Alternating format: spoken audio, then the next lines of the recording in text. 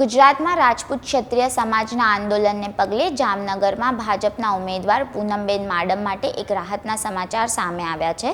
જામનગર જિલ્લાના ધ્રોલ તાલુકાના ક્ષત્રિય સમાજનું વર્ચસ્વ ધરાવતા 10 જેટલા ગામોના આગેવાનોએ જામનગર લોકસભા બેઠકના ભાજપના ઉમેદવાર પૂનમબેન માડમને સમર્થન જાહેર કર્યું છે। આ અંગે પૂનમબેન માડમે શું કહ્યું તે જાણો।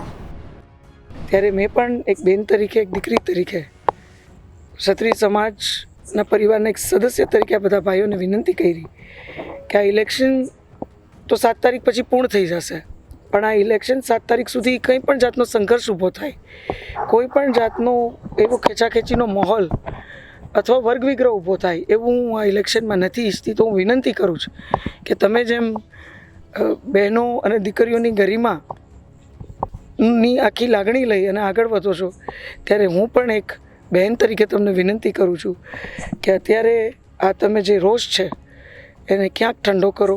7 તારીખ પછી કોઈ આપણે આગળ વધવું હશે સારી રીતે, બધાય સમરસ રીતે, તો પણ જો સંઘર્ષ થયો હોય તો અઘરું થઈ જાય। એ મારી વાત બધાએ અહીં સ્વીકાર કરી। સ્વાભાવિક રીતે કોઈ અહીંયા સંઘર્ષ નથી ઈચ્છતું, પણ છતાંય જો મતદાન વખતે અથવા મતદાનના દિવસે આવું કોઈ વાતાવરણ થાય, એ બધા ભાઈઓએ સ્વીકાર્યું કે અમે કોઈ અમારા ગામમાં આવું નથી ઈચ્છતા।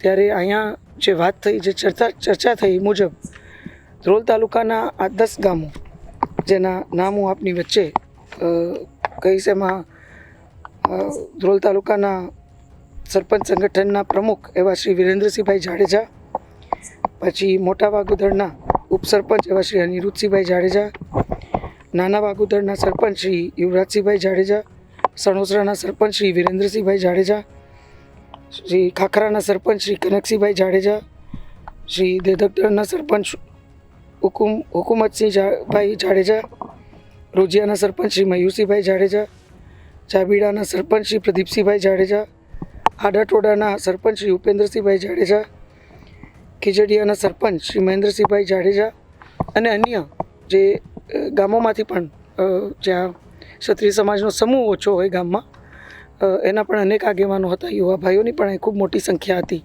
ત્યારે અહીંયા જે વાત નક્કી થઈ એ હતી કે સ્વાભાવિક રીતે ભારતીય જનતા પાર્ટીથી અત્યારે એમની નારાજગી છે, પણ જે રીતે મોદી સાહેબના નેતૃત્વમાં આખી મજબૂતીથી, રાષ્ટ્રવાદની ભાવનાથી ભારતીય જનતા પાર્ટી એક મજબૂત રાષ્ટ્રના નિર્માણ તરફ આગળ વધી રહી છે, ત્યારે 7 તારીખ પછી એમને આ કોઈ રોષ નથી, એમનો કોઈ વિરોધ એવો કોઈ નથી કે એમને એ પોતે ક્યાંક ભારતીય જનતા પાર્ટીની વિચારધારાથી જોડાયેલા છે।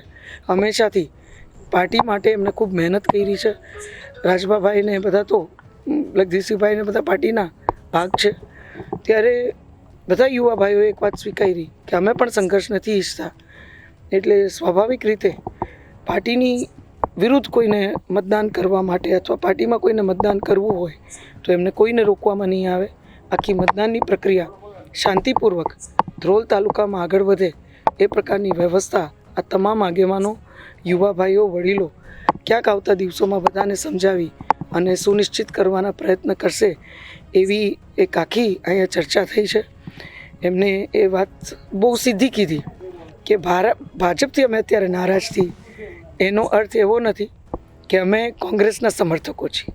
એટલે કોઈ એવું ના માની લે કે અમે લોકો આજે કદાચ ભારતીય જનતા પાર્ટીથી નારાજ છીએ તો અમે સીધા કોંગ્રેસમાં જોડાઈ ગયા છીએ કે કોંગ્રેસના અમે સમર્થકો છીએ અને અમે કોંગ્રેસને અમારો ખોટો ઉપયોગ નહીં કરવા દે। અમારી આ જે લાગણી છે, અમારો જે આ રોષ છે, એ અમે બહુ શાંતિપૂર્ણ ઢબે ભારતીય જનતા પાર્ટી સામે જ પ્રદર્શિત કરશું અને એમાં કોઈ પણ જાતના વર્ગ વિગ્રહ વગર, સંઘર્ષ વગર આખી મતદાનની પ્રક્રિયા આગળ વધારવામાં આવશે।